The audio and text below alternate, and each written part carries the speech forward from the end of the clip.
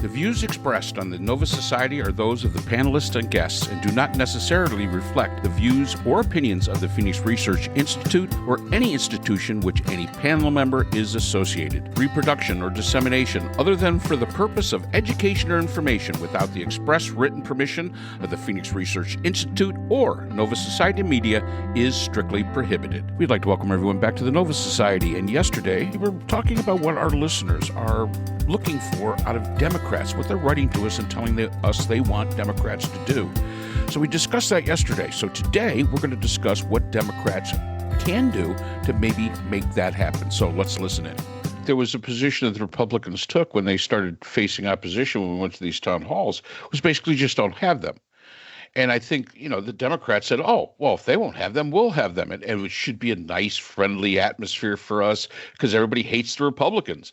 And the bottom line is that it isn't working out that way. They're hating the Democrats just as much for their actions as they are for the Republicans, for their lack of action compared to the Republicans for what they're doing.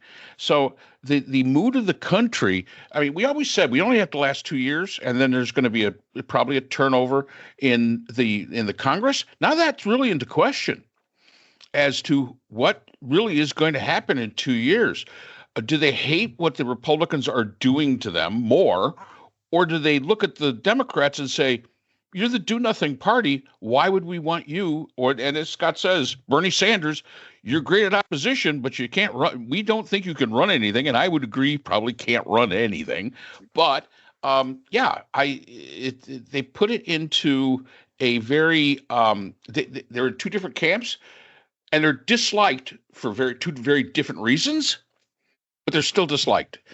And now the question is can the Democrats, and I think this is what we're being asked a lot in some of the emails that we get, what is our advice for the Democrats to be able to turn this thing around? How do we move up from 29% approval rating? Yes, you are in the minority. Yes, there's very little as far as voting you can do as far as making real, honest change. But you've got to have, you can't take the James Carville attitude of play dead. So do we have anything? Well, I mean, the thing to do. So first of all, let's say that there is a turnover in Congress or both houses in 2 years, if nobody's passing legislation, then Congress is basically cut out of the loop altogether. Everything is being done with executive orders and and court battles, and very little legislation is getting passed. That may change at some point. I suppose that they're waiting for this big omnibus bill that they're going to use budget reconciliation process in the Senate to pass, and putting as much stuff in there as they possibly can to have one huge bill rather than hundreds of bills along the way. But I think that there's a lot of space for Democrats to do what Bernie is doing and a few others are doing, which is to say, hey, I'm for the working man. I'm for the people who are not billionaires, who are losing Medicaid. And again, I said this, I think last week, it's personal for me.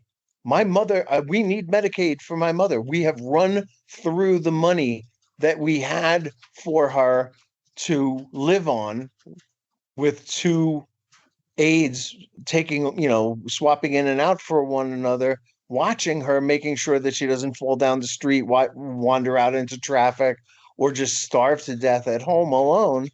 And we need Medicaid for that. So, and I believe something like 70% of Americans who have elderly parents rely on Medicaid to help them sustain, at least a reasonably dignified lifestyle. The same thing is true, again, now here, mostly in red states, where about 70% of the babies being born in the country are being born on Medicaid. That's the health care that their parents have when they're born.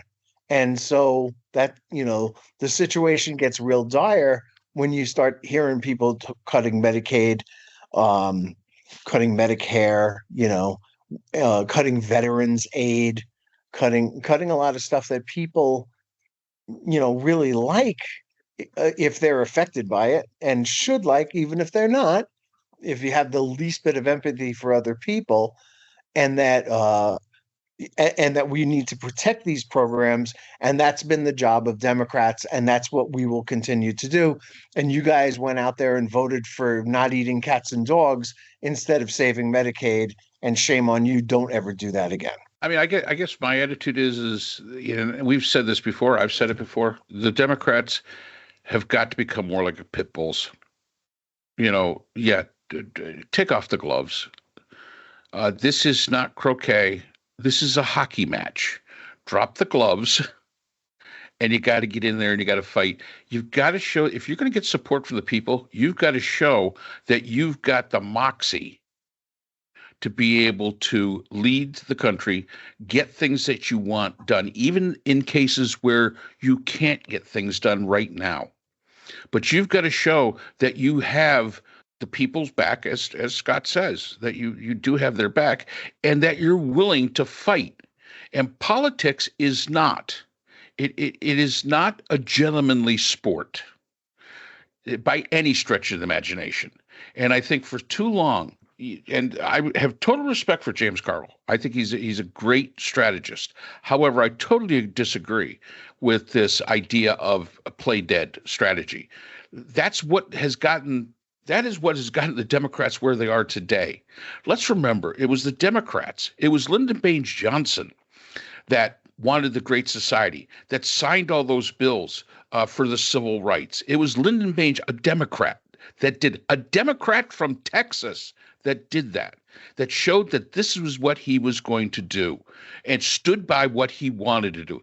Was he a nice guy? Not really. But then again, he got a lot done because he wasn't a nice guy, and they really should go back. The Democrats of the 21st century should go back and look at people like Lyndon Baines Johnson, look at people, even those not in their own party. Look at a Teddy Roosevelt. Look at some of these people that basically stood on principle, stood on policy, stood on belief, and were willing to get down in the gutter and fight for it, as opposed to, well, going to throw up my hands. There's nothing I can do. It is because what's to say if we were to put you in power, you wouldn't do the same thing. You got to show a different strategy. You got to show who exactly you are and what you are. And they're not doing that right now. I was also, while you both were speaking, I was thinking of how today everything is social media, and I am not that spectacular with social media or anything. I can't even use my phone properly. I have to give it to a family member and say, can you do this? Can you do that for me? And they hand it back to me in 20 seconds and it's finished. And I wouldn't even know how to begin. However, I think also that Democrats need to forget about the legacy media. They need to get on podcasts, as you were saying, Mark, before we came on. There's Apple, there's iHeartRadio, there's this, there's that, there's the other. People listen to podcasts. People listen to Midas Touch and Brian Tyler Cohen and all. People listen to us, and there are so many podcasts today. The Democratic leadership and all our elected Democratic officials need to be on podcasts like ours, like all the others, and they need to be out with the people, and they need to be specific, I think, about where they're going, with whom they're speaking, what exactly they're doing, finding out what people need. Like in my little community, for example, we have a Republican, New York's got Gillibrand and Schumer, but there is no representative out here who's Democratic. We've got a Republican person, and there's been no Democratic representative running for several years now. And so there's nobody else to vote for, or you don't vote at all. And I would suggest that. The message has got to get to people where the people are. And so I would forget about the legacy media, so-called, and I would get on podcasts and I would talk to the people directly. Having the town halls is wonderful. I would do that. I think that everybody in the Democratic Party ought to be out there, and everybody ought to be on podcasts like ours and like anybody else's they can find, talking about their message, talking about what they're doing, finding out what the voters really want and need. And also, I would suggest that they start fact checking, like with the saying, well, Trump is already bringing jobs back and he's got the Honda plant, it's going to be coming to Indiana and they're building a new plant. No, they're not. They are absolutely not. All you need to do is look at a newspaper from Indiana and look at what the governor of Indiana said. Honda is not building a new plant. You look at what Honda has to say, the company, they are not building a new plant. They are going to be building the new Honda Civic in Indiana at some point, maybe in 2028, instead of building it in Mexico, where they were going to, but they are not building a new plant. All right. And with tariffs on steel and aluminum, I mean, if you're going to build a new manufacturing plant in this country, or if you're going to retrofit an old one, guess what you need? You need steel. And where's that steel coming from? It's coming from Canada. And what do we have? We have tariffs. And so, I mean, the whole thing, nobody, well, not nobody, but a company is going to think very, very carefully, I think, before building anything in the United States.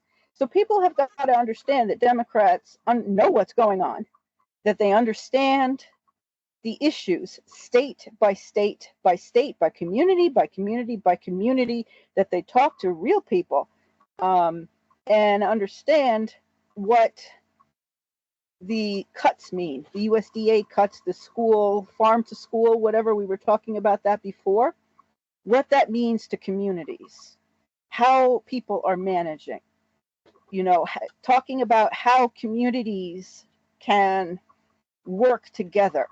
And people are scared, with this Alien Enemies Act of 1798, and now ICE can simply come into somebody's home. They don't need a warrant. They don't need anything. They can just come walking in. I think that this is going to continue, I'm afraid, and people are going to become more and more frightened, and they need to know that someone is there in the government who has their back. So let's see the Democrats coming out, as you say, we're going to take the gloves off and we're going to come out there and we're going to do something.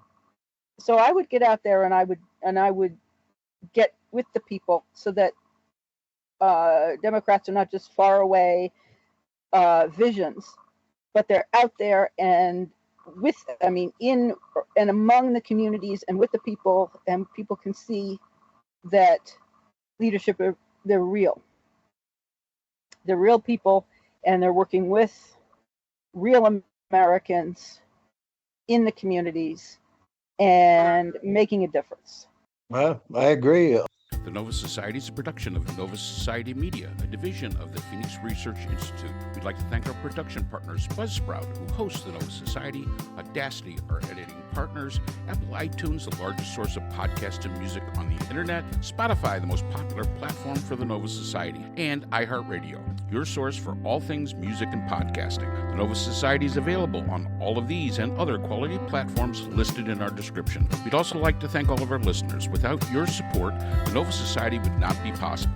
If you have a question or a comment, we can be reached at nova.society.podcast@gmail.com. So for Dr. Brooklyn Ann Weldon, Dr. Priscilla Hobbs, Dr. Scott Gershwer, and all of us here at the Nova Society, I'm Dr. Mark Bound. Remember, the true power in society is knowledge.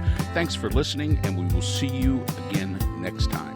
We'd like to thank our sponsor for this episode, the Journal of Interdisciplinary Conflict Science. The JCIS is an open journal for upcoming scholars. The JCIS is currently accepting article submissions on an ongoing basis. JCIS is a publication of Nova Works, a scholarly repository at Nova Southeastern University. A link to the journal is in our description.